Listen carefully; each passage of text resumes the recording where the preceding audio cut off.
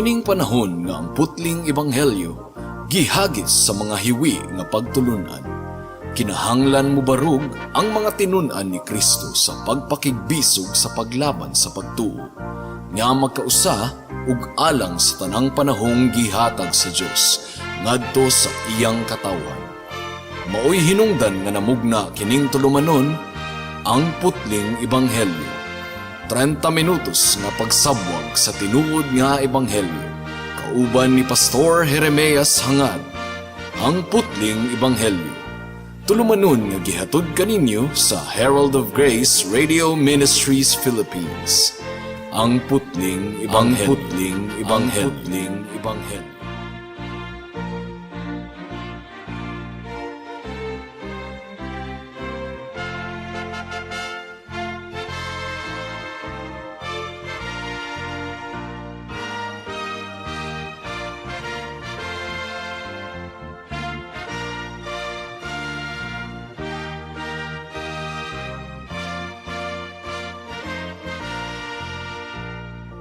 Sa atong pagpamalandong sa pulong sa Ginoo ning takna sa kahaponon, atong ablihan ang atong Biblia sa Marcos kapitulo 6 bersikulo 30 hangtod sa 44. And once again, akong gi-greet ang akong lulo nga 93 years old, si Lolo Isabelo Laure. Mark chapter 6 verse 30 to 44. Ang giingon dinhi, namalik ang mga apostoles kang Hesus ug gisugilon nila kaniya ang tanan nilang nahimo ug natudlo. Daghan kayo ang mga tawo nga nagpuli-pulig pangabot ug panlakaw. Tungod niini si Hesus ug ang iyang mga tinun-an wala nay higayon bisan gani sa pagpangaon. Busa mingon si Hesus sa iyang mga tinun-an, mangadto kita sa dapit nga awaaw aron makapahulay kamug diutay. Busa nanakay sila sa usa ka sakayan ug nangadto sa usa ka dapit nga awaaw. Apan daghang mga tawo ang nakakita sa ilang pagbiya ug nailhan dayon sila. Busa ang mga tawo sa tanang lungsod nanagan paingon sa dapit nga adtuan ni Hesus ug sa iyang mga tinun-an ug nauna pagani sila pag-abot didto. Sa pagkawas ni Hesus sa sakayan, nakita niya ang dakong panon sa katawhan. Naluoy kaayo siya kanila, kay sama man sila sa mga karniro nga walay magbalantay. Gitudluan niya sila og daghang mga butang. Sa pagkahapon na giduol siya sa iyang mga tinun-an og giingnan. Hapon na kaayo karon og awaaw kining dapita. Busa paadtua ang mga tawo sa kasikbit nga mga balangay aron makapalit silag makaon. Apan mitubag si Jesus, kamuy mo pakaon kanila. Ug unya nangutana sila, papaliton ba kami nimo og pagkaon nga bali og mga 2 ka gatos ka denaryo aron ipakaon kanila? Ug miingon si Jesus kanila, susihan ninyo kung pila ka buok pan ang inyong dala. Sa nasayra na nila kini, miingon sila kaniya, 5 ka pan ug 2 ka isda. Unya gisugo ni Jesus ang iyang mga tinun-an nga sultihan ang mga tawo nga magpundok-pundok ug maglingkod sa lunhawng mga sagbot. Busa nagpundok-pundok ang mga tawo ug naglingkod sa tig 1 ka gatos ug sa tinag 50. Ug gikuha ni Jesus ang 5 ka pan ug ang 2 ka isda ug mihangad siya sa langit ug nagpasalamat sa Dios. Unya iyang gipikas-pikas ang mga pan ug gihatag sa iyang mga tinun-an aron iapod-apod ngadto sa mga tawo. Iya usab nga gibahin-bahin ang mga isda alang kanilang tanan. Nangaon ug nangabusog ang tanan ug ang nasalin sa pan ug sa isda gihipos sa mga tinun-an ug nakapuno kinig napulog 2 ka bukag. Sa tanan nga nangaon sa pan 5,000 ang mga lalaki. May the Lord bless the reading and hearing of His word. Now niadtong miaging semana atong nakita ang kamatayon ni Juan Bautista. Sa bersikulo 29 sa Mark chapter 6, atong nakita nga ang mga disipulo ni Juan Bautista ilang gikuha ang lawas ni Juan Bautista ug gilubong ug ilang gisumbong ang panghitabo sa atong Ginoong Hesukristo. Ug dugang pa mga kaigsuonan, ang mga disipulo sa atong Ginoong Hesukristo miabot usab og ilang gitaho kang Hesus ang dagan sa ilang pagpangwali. Si Jesus ug ang iyang mga disipulo miadto sa lugar nga awaaw gumikan kay nanginahanglan sila og kapahulayan apan sa atong teksto nga gibasa wa pagani kuno sila miabot sa lugar nga ilang adtuan, giunhan na sila sa baga kaayong mga katawhan. Ang giingon sa bersikulo 33 hangtod sa 44, gipakaon ni Jesus ang 5,000 ka mga lalaki, wala pay labot ang mga babae ug mga batang gagmay. Ug kini nga milagro sa pagpakaon ni Jesus sa 5,000 ka mga lalaki, mga more or less 10,000 to kapin mga kaigsuunan, gi-record kini ni Matthew, ni Mark, ni Luke ug ni John. So pipila kini ka mga milagro nga gi-record sa upat ka ebanghelista. Busa ato kining hatagan sa atong atensyon mga kaigsuunan. Ang kabantog ni Jesus mikuyanap ni adtong dapita. Gibayaw sa atong buhi nga Dios ang iyang anak nga si Hesukristo, and multitudes of people were coming to him. Mo kini gi-describe sa atong teksto. Ilang gisundan ang atong Ginoong Hesukristo. Bisan pa og layo kayo kini nga biyahe, walay mga tindahan nga kapalitan og pagkaon didto, pero madasigon sila nga misunod sa atong Ginoong Hesukristo. At I tell you, my dear friends, mga unbelievers kini, dili kini magtutuo. Sumala pa sa taho sa ubang bahin sa kasulatan. Ug pila ka mga Christians karon no, ang musakripisyo alang sa pag-adto sa simbahan, bisan pa og danlog kaayo kay tingulan ang atong nasod. Daghan kayong mga lugar nga danlog kaayo kung tingulan.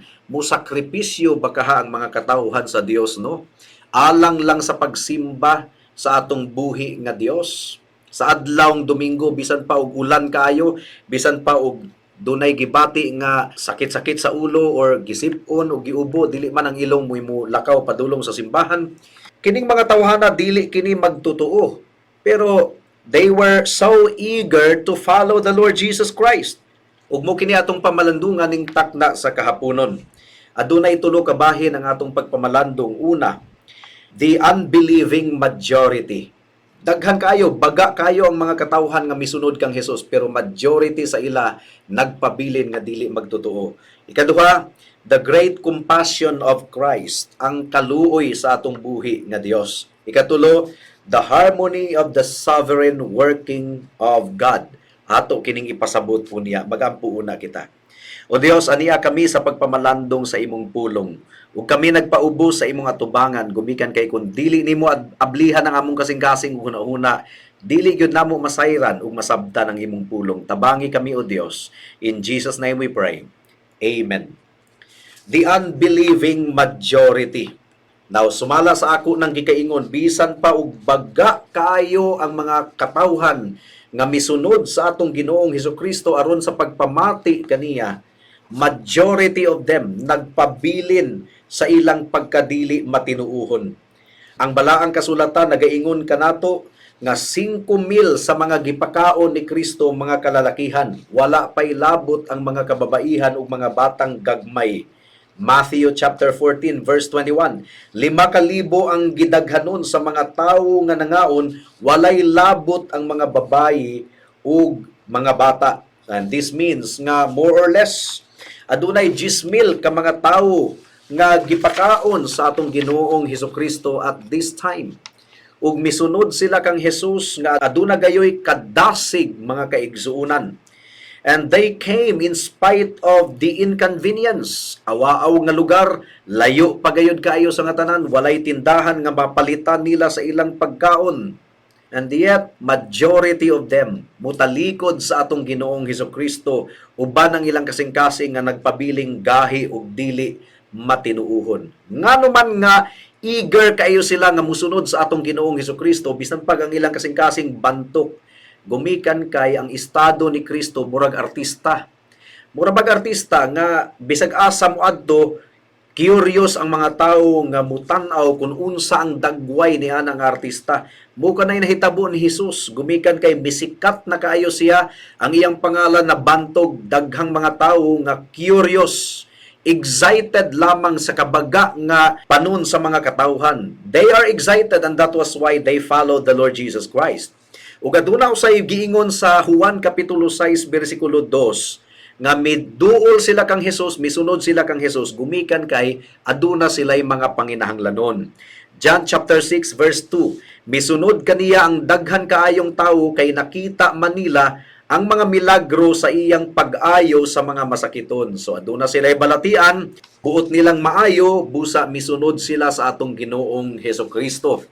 Matthew chapter 14 verse 14, mikawas si Jesus sa sakayan ug sa pagkakita niya sa dakong pundok sa mga tawo, giabot siya dakong kaluoy kanila ug giayo nila ang ilang mga masakiton. So mupod ni reason sa uban nganong misunod sila sa atong Ginoong Hesukristo. Now adunay mga tawo nga misunod kang Jesus, gumikan kay nahibulong lang sila sa pamaagi sa pagtudlo ni Jesus nga sahi.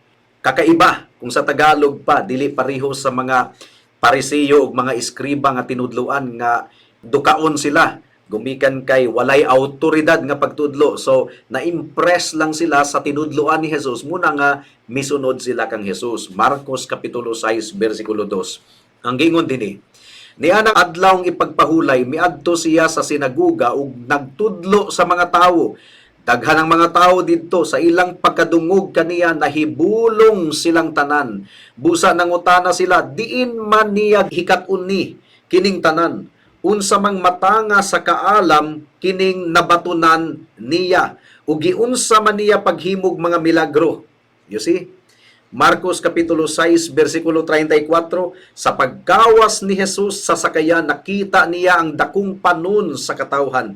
Naluoy kaayo siya kanila, kay sama man sila sa mga karnero nga walay magbalantay. Gitudluan niya sila og daghang mga butang.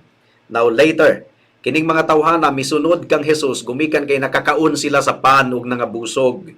Wala sila misunod kang Jesus, gumikan kay tinuod silang magtotoo, misunod sila kang Jesus, gumikan kay nakakaon sila sa pan ug isda ug nangabusog. Juan Kapitulo 6, versikulo 26, ang giingon ni Jesus, si Jesus mitubag, sultihan ko kamo.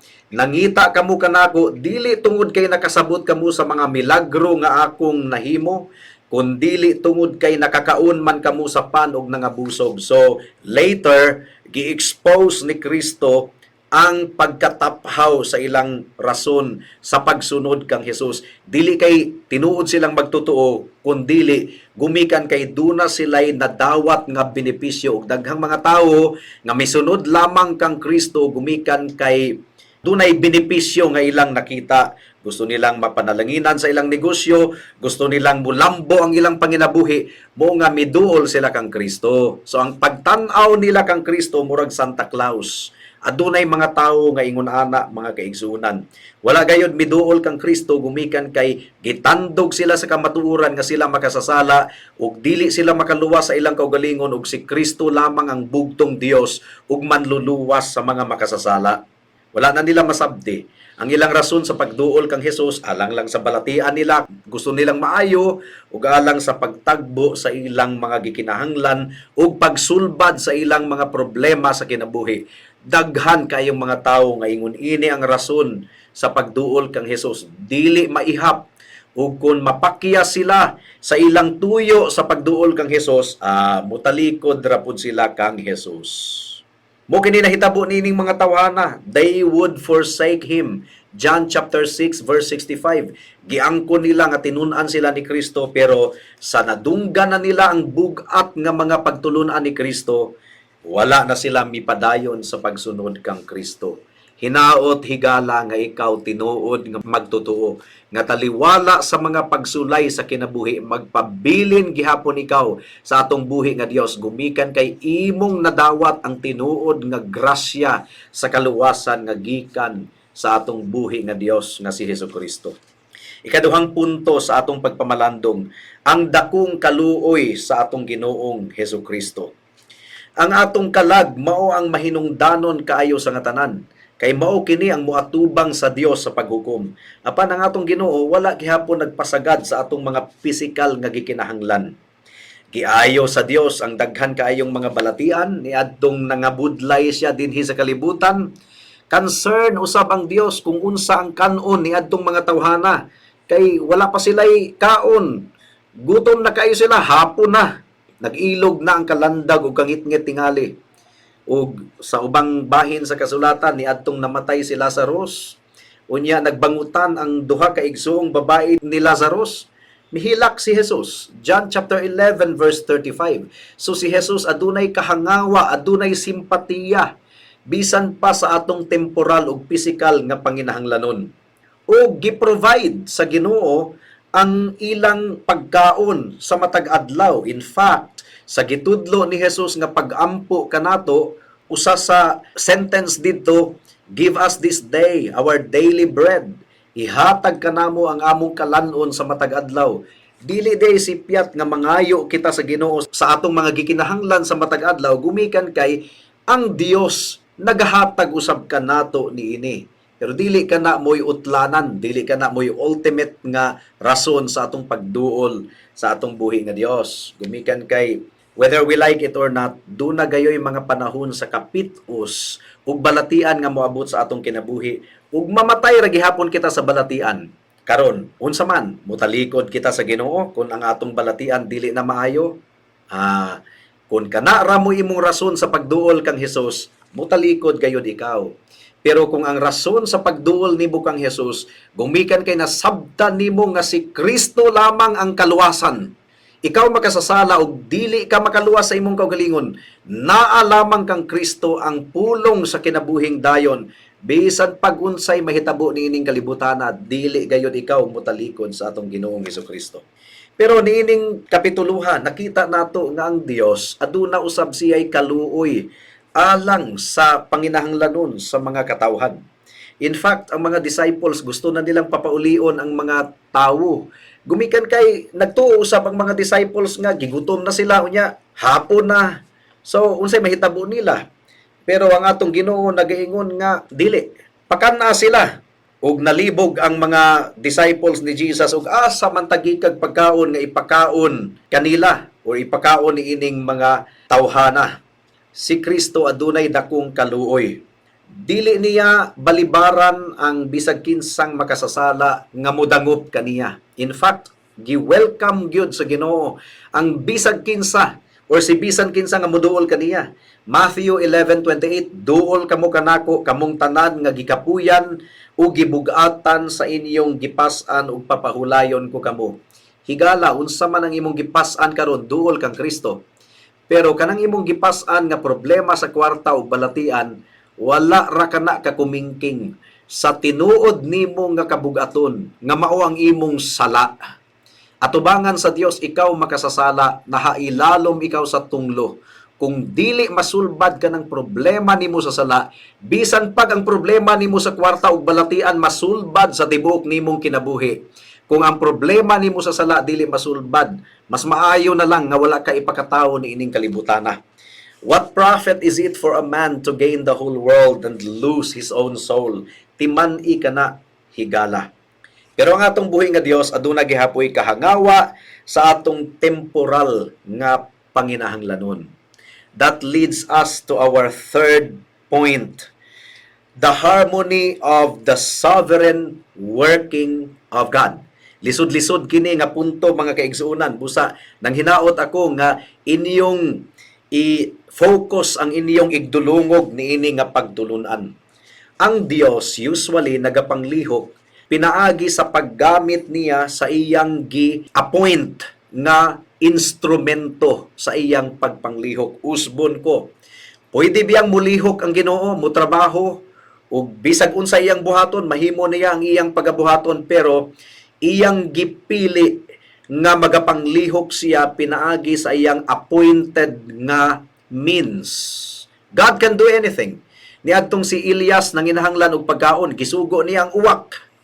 Bisan pag walay tawo nga instrumento, gisugo niya ang uwak sa paghatod sa pagkaon, makahimo ang Dios.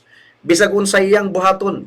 Niadtong ang mga tawo nahimong garbuso ug gusto kunong magtukod og turi nga musangko sa langit, milihok ang Ginoo, iyang gilibog ang ilang mga pinulungan muna nga wa na sila nagkasinabot ug wala napadayon ang pagtukod sa turi. God can do anything, but most of the time gigamit gyud sa Ginoo ang instrumento niya nga mga katawhan aron matuman niya ang iyang kabubuton.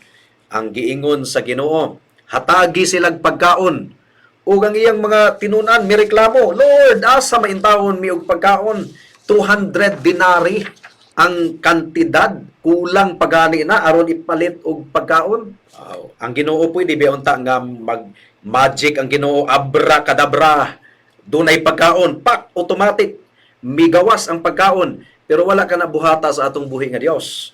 Aduna siya instrumento, ang giingon sa Ginoo. Sige, aduna bay pan ug isda dinhi. Pila man ka pagkaon, existing nga pagkaon. So duna siya instrumento nga gigamit. Supernatural ang gibuhat sa Ginoo. Pero wala siya mibuhat og milagro diretso. Duna gyud siya instrumento nga gigamit. Dunay bata nga dunay balon nga pan ug isda, ug mao katoy gipadaghan sa atong buhi nga Dios. Ang kwarta nga gikinahanglan sa mga tinun-an sa Ginoo, that proves nga mabuhat gyud ni Kristo ang iyang gustong buhaton. Gisugo ra niya si Pedro nga ipaadto ang isda ug pagbuka sa isda sa iyang baba, adunay kwarta didto nga nakita. But most of the time God used instruments in doing His will. And unsa may instrumento sa Ginoo sa atong kaluwasan, gigamit niya ang instrumento sa pagwali sa pulong sa Ginoo, the preaching of the gospel. Unsa may instrumento sa Ginoo nga iyang gigamit aron motubo ang atong pagtuo, malig-on, gigamit niya ang mga pagsulay, mga problema. Busa dili kita mo reklamo kung dunay mga problema nga mudangat sa atong kinabuhi, gumikan kay instrumento kana sa Ginoo. Unsa pay gibuhat sa Ginoo, gigamit nga instrumento aron malig-on ang iglesia. Gigamit niya ang mga pastor aron sa paglig-on sa iglesia, pinaagi sa pagwali sa pulong sa Ginoo. Adunay instrumento gyud ang Ginoo nga paggagamiton. Busa higala, kung ikaw alagad sa Ginoo or magtutuo sa Ginoo, ayaw hunahunaan nga magpabilin kang dekorasyon sa simbahan. Posible nga ikaw gamiton usab sa Ginoo nga instrumento aron mailhan sa mga katawhan ang atong buhi nga Dios nga si Hesukristo. Don't think too much about yourself. Of course, God knows your problem. But think also about others. Gumikan kay posible nga gamiton ikaw sa Dios nga instrumento aron mapanalanginan usab ang uban. Ang imong mga pag-ampo alang sa uban, posible nga kana ang gamiton sa Dios aron masulbad ang ilang problema ug labaw sa tanan, posibleng gamiton sa Ginoo ang imong pag-ampo aron maluwas ang ilang kalag. Busa, ang tanang nahitabo sa atong kinabuhi ayaw intawon pagreklamo. Gumikan kay walay aksidente ni ining kalibutana. Dunay tumong ang Dios ni ining tanan. Instrumento sa Ginoo kining tanan alang sa atong kaayuhan. Timan-i kana higala. Mudangat na kita sa mga aplikasyon, mga kaigsunan. Adunay kaluoy ang Dios alang sa atong mga panginahanglanon, aduna siya kahangawa. Iyang gitagbo ang atong panginahanglanon sa matag adlaw. Apan ang Dios dili siya luxurious ug capricious.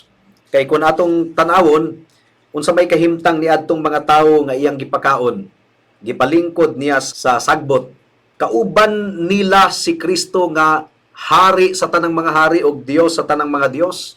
Pero wala sila lingkuranan, wala sila lamisa, naglingkod lang sila sa mga sagbot. Muna nga dili tinuod ha nga kung ikaw Kristohanon, nagsaad ang Ginoo nga makakutse ka, mulambo ang imong negosyo, mahimo kang dato, muna'y gitudlo sa mga charismatics, muna'y gitudlo sa mga Pentecostals, mga prosperity theologians, mga prosperity preachers, nga kung ikaw naa kang Kristo, mudato ka, mahimo kang milyonaryo. Unsa? Kauban na nila si Kristo ang hari sa tanang mga hari, pero unsay ilang gilingkuran, sagbot.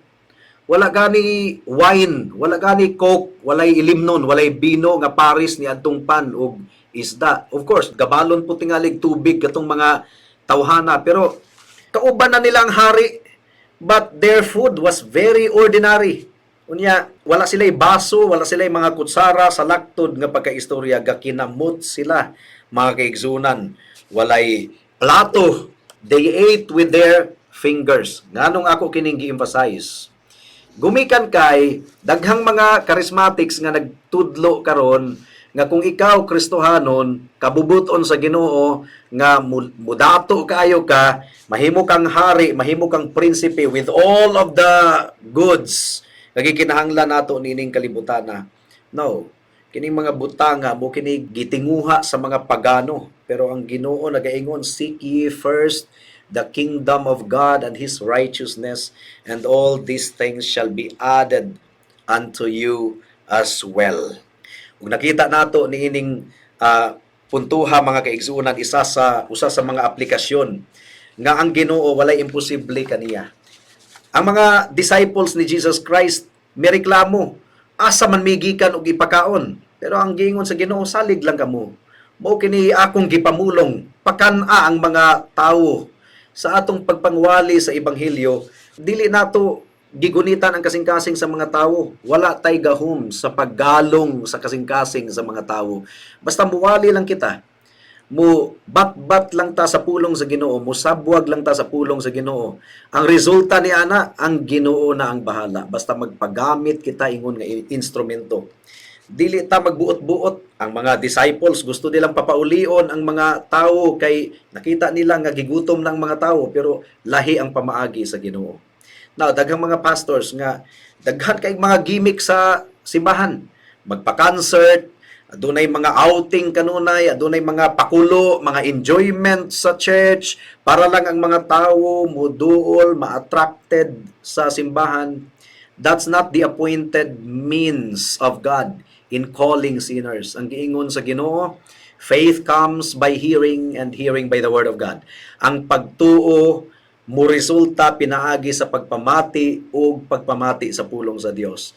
Mao nga ang church, kung gusto natong mutubo ang atong iglesia, magmakugi lang kita sa pagwali sa pulong sa Ginoo. Iwali nato ang pulong sa Ginoo, magampo kita kanunay, ang Dios na ang bahala sa bunga sa atong pagpangabudlay. Ug adunay saad ang Dios nga ang atong mga pagpangabudlay dili gayod makawang. Ang pulong sa Ginoo dili mo balik kaniya sa kakawangan lamang.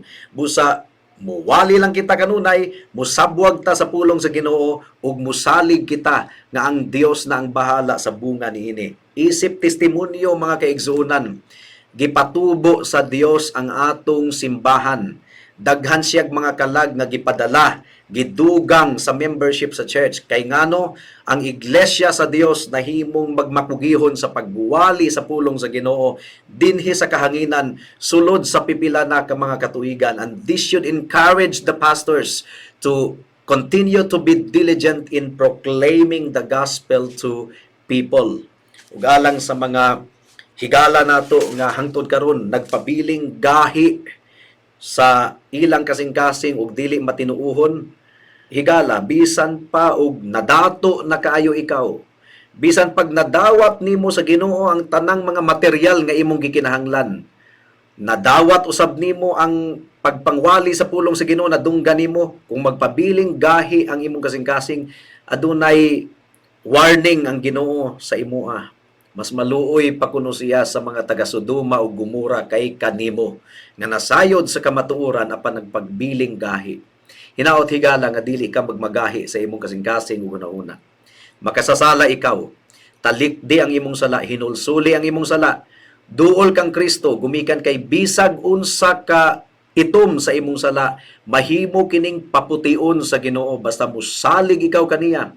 Ang giingon sa Biblia, kung walay pagpaaga sa dugo, walay kapasayloan sa sala. The good news is gipaagas ni Kristo ang iyang dugo didto sa cross sa Kalbaryo ug igo na kadto alang sa pagbayad sa tanang silot sa imong sala. Kung ikaw maghinulsol ug budangop kang Kristo, dili kaniya balibaran, luwason kaniya, luwason hangtod sa kahangturan. Buhata kini karon kay basin ug unya ulahin na ang tanan. Magampo ta. Salamat o Dios sa mensahe nimo ning takna sa kahaponon ug among gipangayo ang bunga niini o Dios. Hinaot nga imong gitandog ang kasing-kasing sa mga katawhan. Ug nagtuo kami nga matinud-anon ikaw sa imong saad mo nga magpadayon lang kami sa pagwali.